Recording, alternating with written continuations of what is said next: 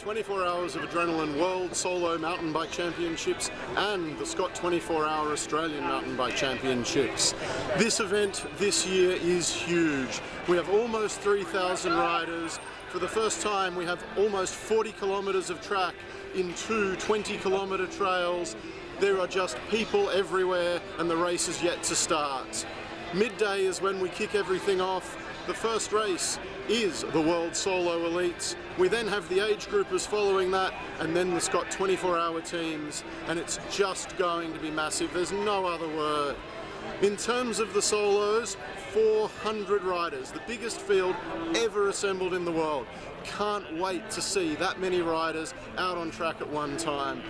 Those riders, they're excited about it too. Instead of sharing a track, instead of being out there with the teams, they've got their own playground.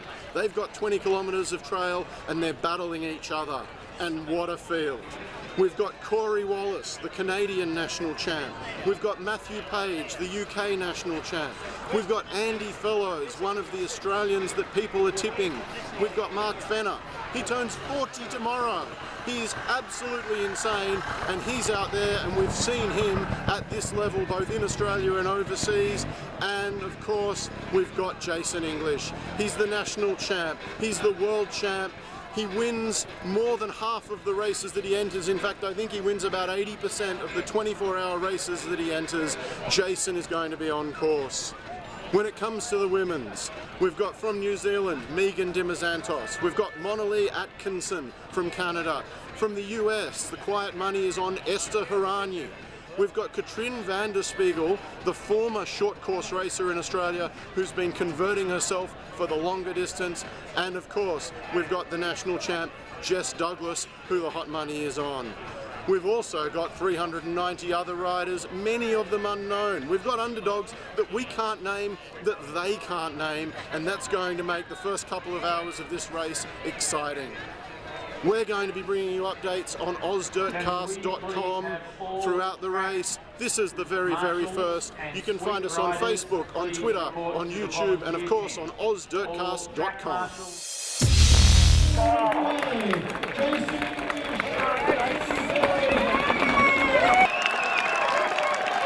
We've got Andrew Bell and Jason English from Australia with Mark Fenner all doing the run quite quickly.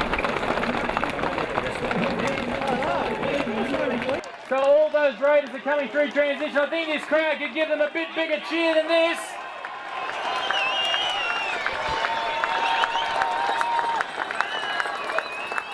So Jason's race plan is normally to not go out too hard.